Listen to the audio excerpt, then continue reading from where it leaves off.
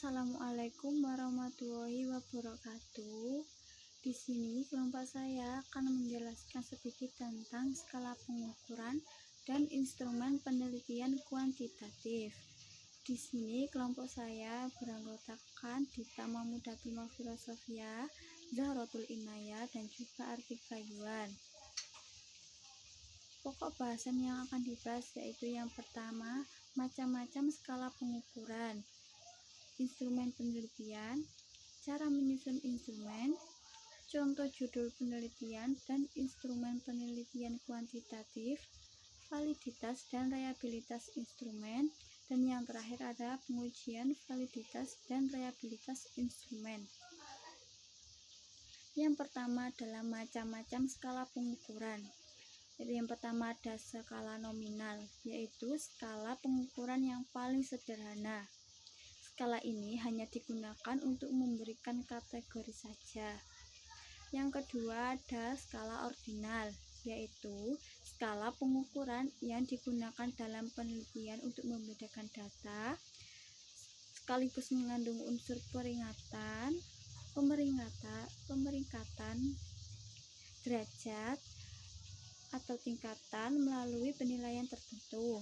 Yang ketiga ada skala interval, adalah skala yang memiliki ciri untuk membedakan, mengurutkan, dan mempunyai jarak yang sama antar jenjang. Dan yang terakhir ada skala rasio, adalah skala yang angka-angkanya memiliki kemampuan untuk membedakan, mengurutkan, berjarak sama, dan mempunyai titik nol mutlak dalam mengukur suatu objek.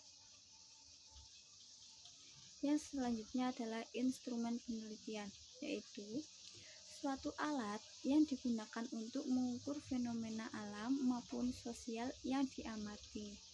Secara spesifik, semua fenomena ini disebut variabel penelitian.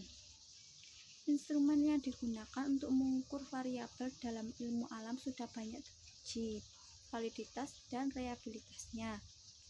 Misalnya dalam variabel ilmu alam, sosial juga. Instrumen-instrumen dalam penelitian sosial memang ada yang sudah tersedia dan telah teruji validitas dan reliabilitasnya, seperti instrumen untuk mengukur motif berprestasi, untuk mengukur sikap, mengukur IQ, mengukur bakat, dan lain-lain. Walaupun instrumen tersebut sudah ada, tetapi sulit untuk dicari.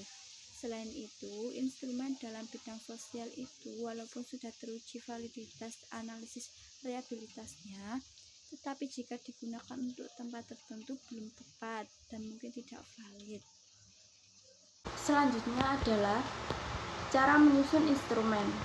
Untuk memudahkan penyusunan instrumen, maka perlu digunakan matriks pengembangan instrumen atau kisi-kisi instrumen. Sebagai contoh, misalnya variabel penelitiannya tingkat kekayaan, indikator kekayaan misalnya rumah tangga, kendaraan, tempat belanja, pendidikan, jenis makanan yang sering dimakan, jenis olahraga yang sering digunakan, dan sebagainya. Untuk bisa mendapatkan indikator-indikator dari setiap variabel yang diteliti, maka diperlukan wawasan yang luas dan mendalam tentang variabel yang diteliti dan teori-teori yang mendukungnya. Osborne dalam bukunya yang berjudul Kewirausahaan Birokrasi mengemukakan 10 prinsip yang dapat dijadikan sebagai indikator pemerintah wirausaha. Yang pertama, pemerintahan katalis. Kedua, pemerintahan milik masyarakat. Yang ketiga, pemerintahan yang kompetitif.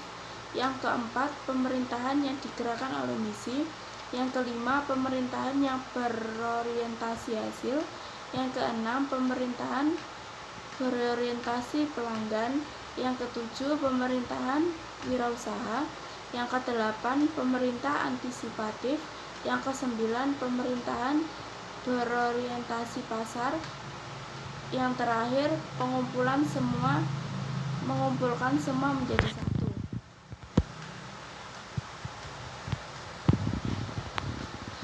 Robert M.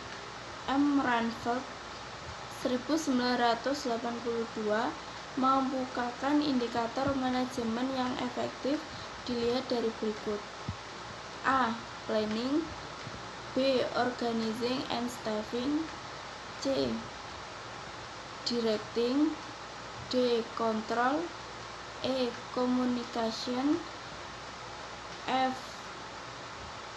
Procurement atau subcontracting. G. Space and fasilitas. Contoh judul penelitian dan instrumen yang dikembangkan. Judul penelitian, gaya dan situasi kepemimpinan serta pengaruhnya terhadap iklim kerja organisasi. Judul tersebut terdiri atas 2 variabel independen dan 1 pedenden. Masing-masing instrumennya adalah A. Instrumen untuk mengukur variabel gaya kepemimpinan. B. Instrumen untuk mengukur variabel situasi kepemimpinan. C. Instrumen untuk mengukur variabel iklim kerja organisasi. Supaya penyusunan instrumen lebih sistematis sehingga mudah untuk dikontrol, dikoreksi, dan dikonsultasikan pada orang ahli, maka sebelum instrumen disusun menjadi item-item instrumen, maka dibuat kisi-kisi instrumen.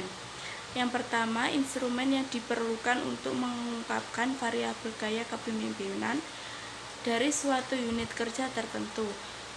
Sumber datanya adalah bawahan dari pimpinan yang dinilai.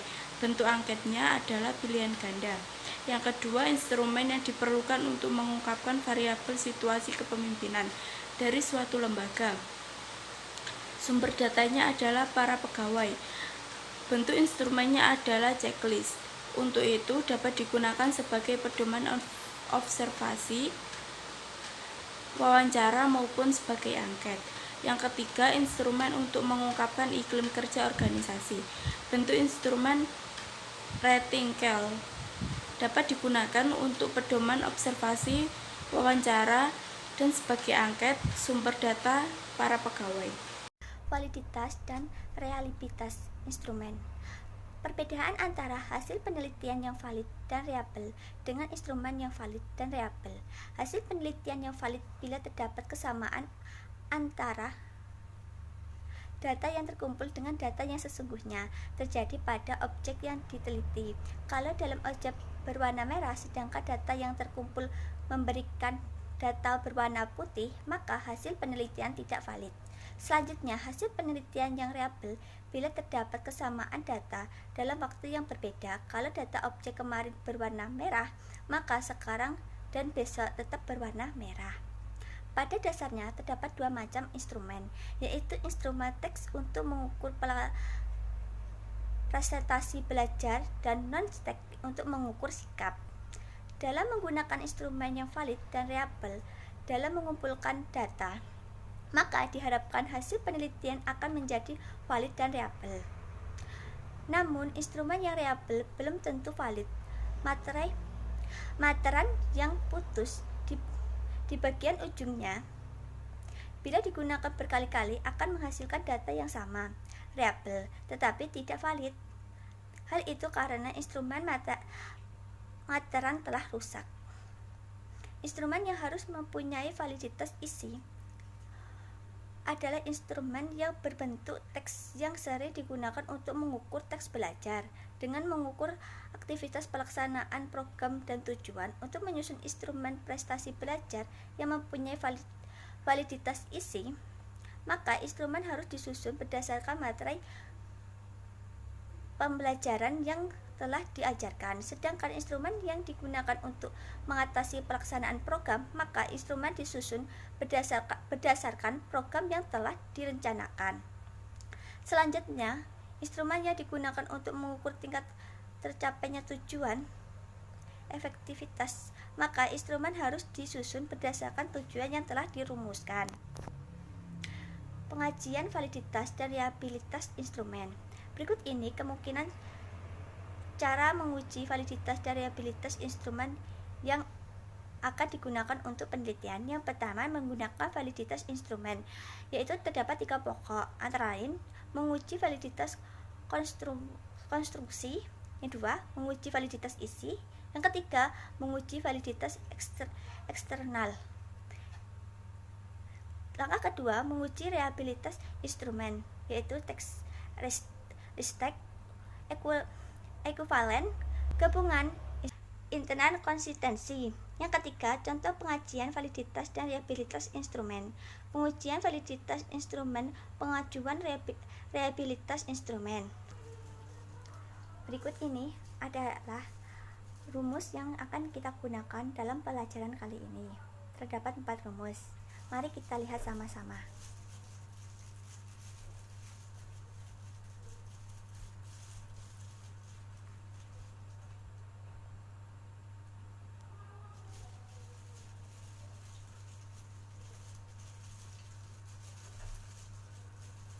Sekian presentasi dari kelompok kami. Wassalamualaikum warahmatullahi wabarakatuh.